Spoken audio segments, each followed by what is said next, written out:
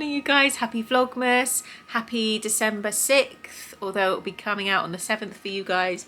Yeah, I've literally just finished the last video showing you this, where I kind of still need to work on this. This is a work in progress. This is definitely a learning page. I definitely need to do more kind of painted details on these, but I don't think I'm going to get to that today because I've really got to work on this commission painting that I've got for my friend. So that's going to be my main focus today. It is also the Porthleven Christmas market, and I am meeting a friend for coffee, so I'm potentially going to go down to that as well. So I'm hoping to take you with me. So hopefully we'll get to do something a little bit Christmassy today, and yeah, have a look around the Christmas market, which will be really fun and really nice to get out the house, because I feel like most of the vlogs so far have just been here indoors. So anyway, let's get organised.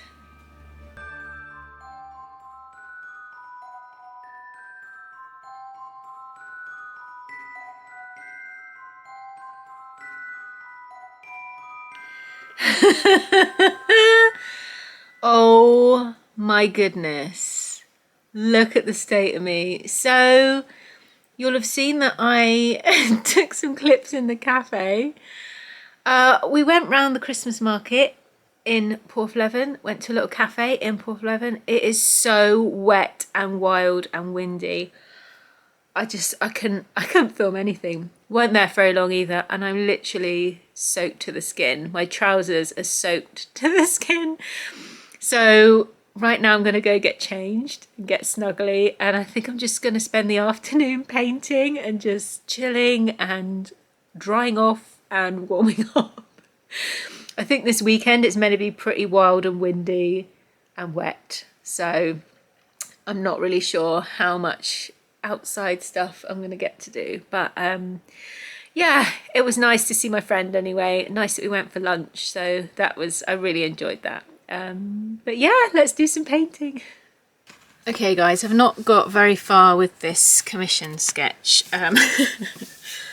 and today I can't believe it's already like 3:30. I feel like the day's gotten away from me. And you remember in the first vlog of Vlogmas when I said to you that actually my life's pretty boring? I feel like I've literally got like 5 seconds worth of footage for today.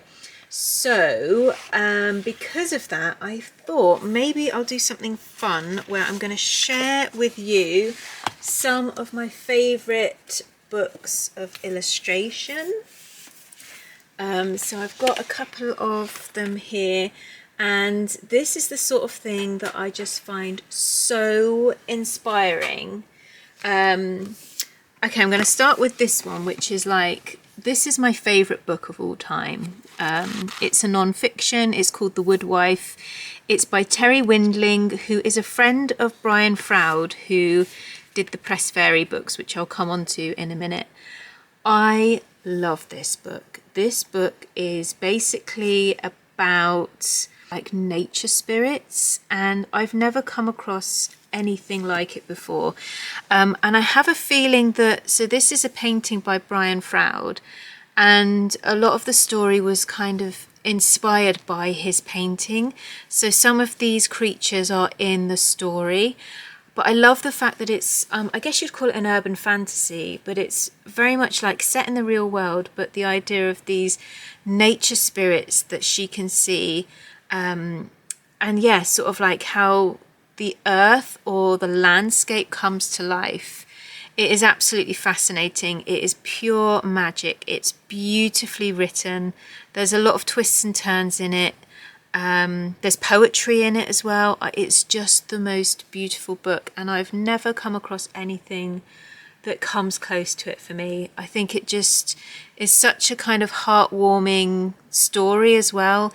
It's like no spice, but there is a bit of romance. It's wonderful. I absolutely love it. I fell in love with the characters, just love it. But yeah, it's this connection to nature, which I just find so inspiring. And I think that's kind of the essence of what I'm trying to capture in my work now, almost going beyond what you can see and almost thinking about the unseen and the essence of a place.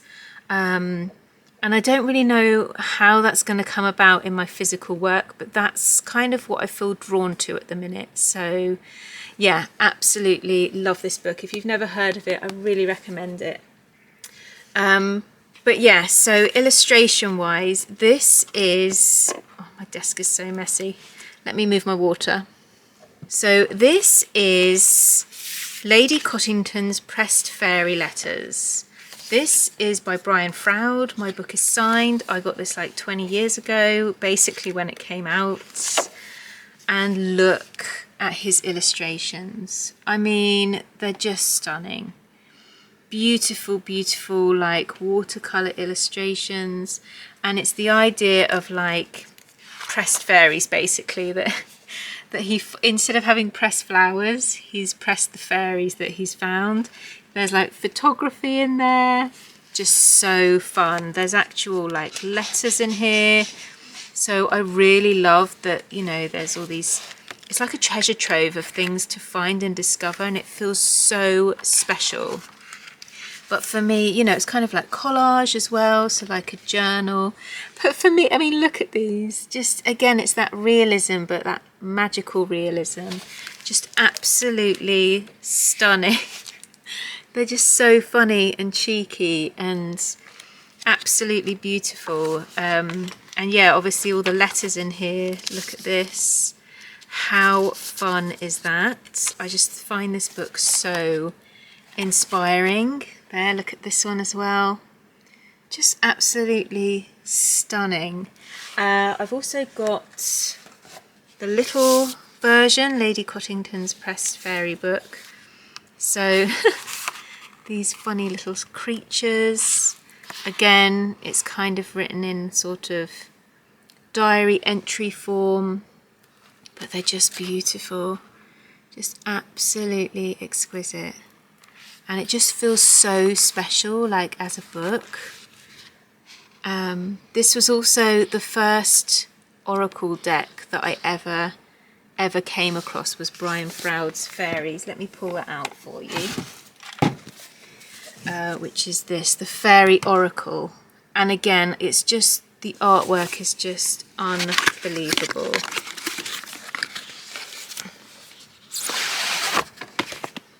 So there's this beautiful, sorry about my ring light, beautiful hardcover book that basically describes, I mean, you can use this obviously as an oracle deck, but it describes every single kind of story behind each card.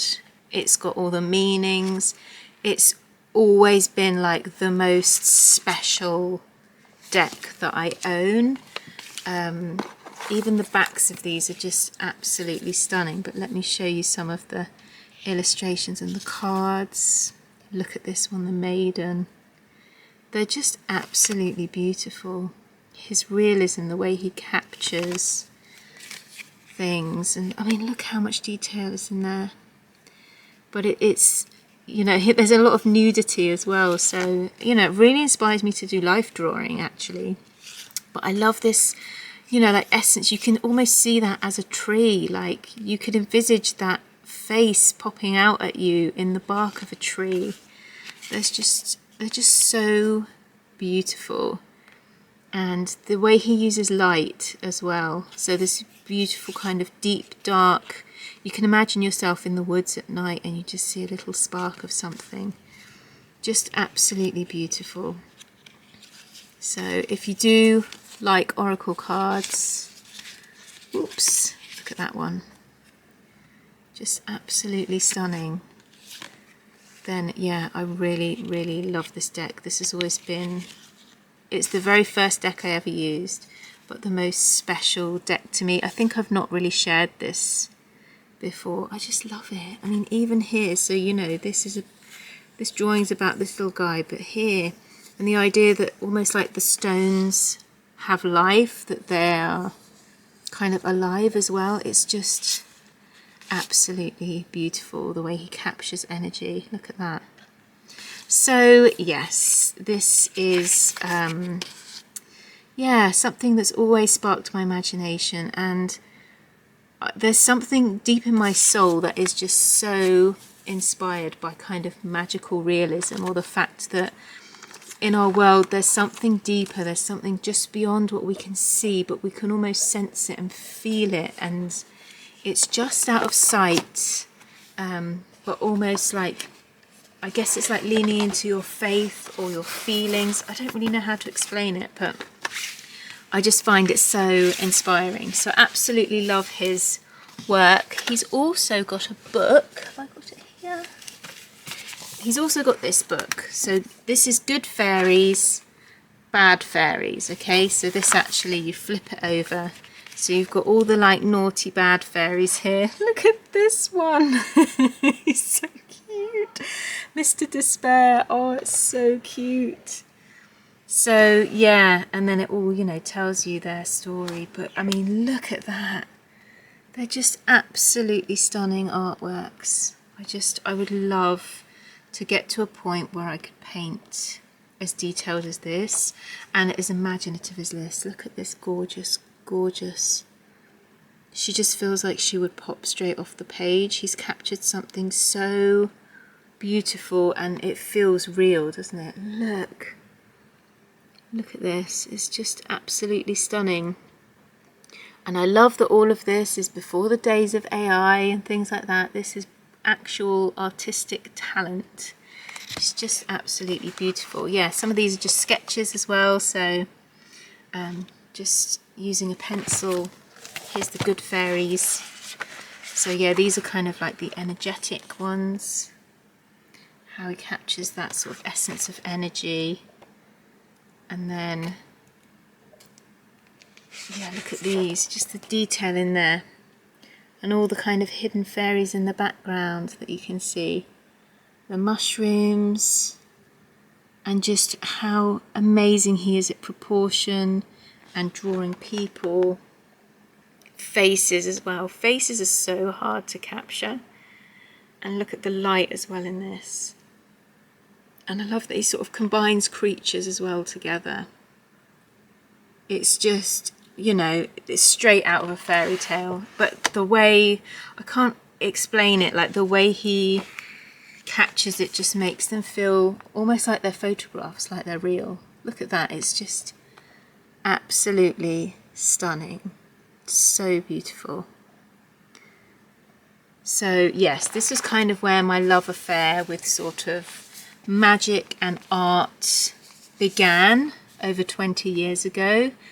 And when I used to work at Boots the Chemist, which is like a kind of pharmacy drugstore, in my lunch break I used to go and sit in the Waterstones bookshop in the town, and I would sit there for the whole hour and I would flick through all the books in the fantasy section.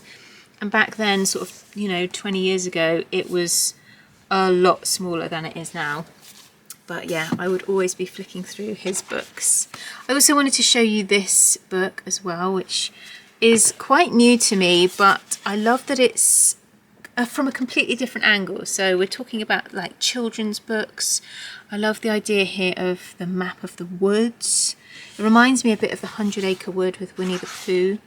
But the illustrations are so stunning and more in like what I would call a more modern mixed media way. So there's a lot of children's book illustrators that, I don't know, they almost have this gorgeous mixed media texture to their work. But the thing I love most about this, again, it's similar to the Letters book, is that you've got these hidden things. So these flaps that you open it up and inside, you know, we've got these little lives that are going on.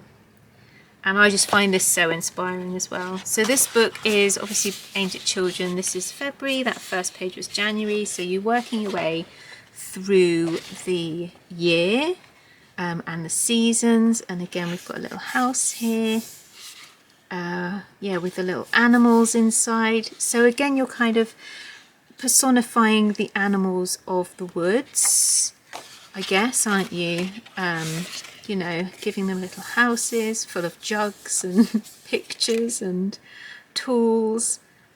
And it's very magical in its own way as well, in a very different way from Brian Froud, but it's similar, that you feel like you're in the woodland, connecting to the woodland. But yeah, there is this sort of magical realism about it, and yeah, it's very enchanting. And I don't really know how I want to capture this in my work as I move forward, but I really feel like I'm on like the turning point at the minute of a new body of work as we move into next year in 2026. And I just love the idea. Look at this. I just love the idea of doing something a bit different, and yeah, trying my best to capture the essence of a place, the essence of the land, and almost like personify the feeling and the connection that I have with the land around me. And Cornwall especially has got, you know, so many myths and legends, and it's very beautiful, it's very ancient.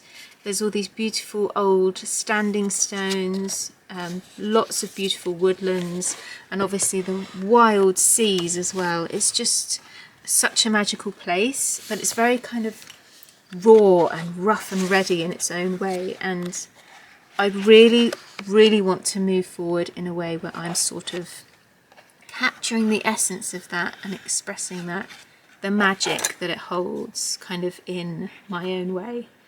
So we'll see how this goes, but I thought I would just share these thoughts that I've been having recently with you guys, and especially because since I've taken a break from YouTube and I've not been doing massive amounts of art, I think that actually it's like a cauldron pot of things have been bubbling underneath the surface, and ideas have been percolating, and now they're sort of bubbling to the surface.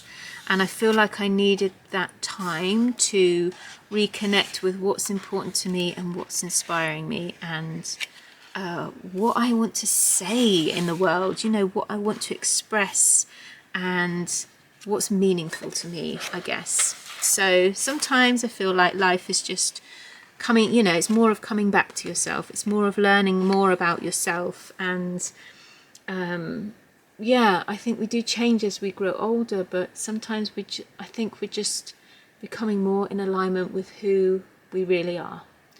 So anyway, I hope you found that inspiring. Yeah, it'll be interesting to see maybe this time next year if kind of an essence of this has come into my work and how my work is being portrayed, or like how I'm expressing myself next year. So I'm excited to see where it goes, and I love the fact that sort of art is a lifelong journey and you're always changing and evolving and growing as you go. But I guess that's life in general, really. Anyway, thanks so much for watching, you guys, and I will see you tomorrow for another Vlogmas video. Lots of love. Bye.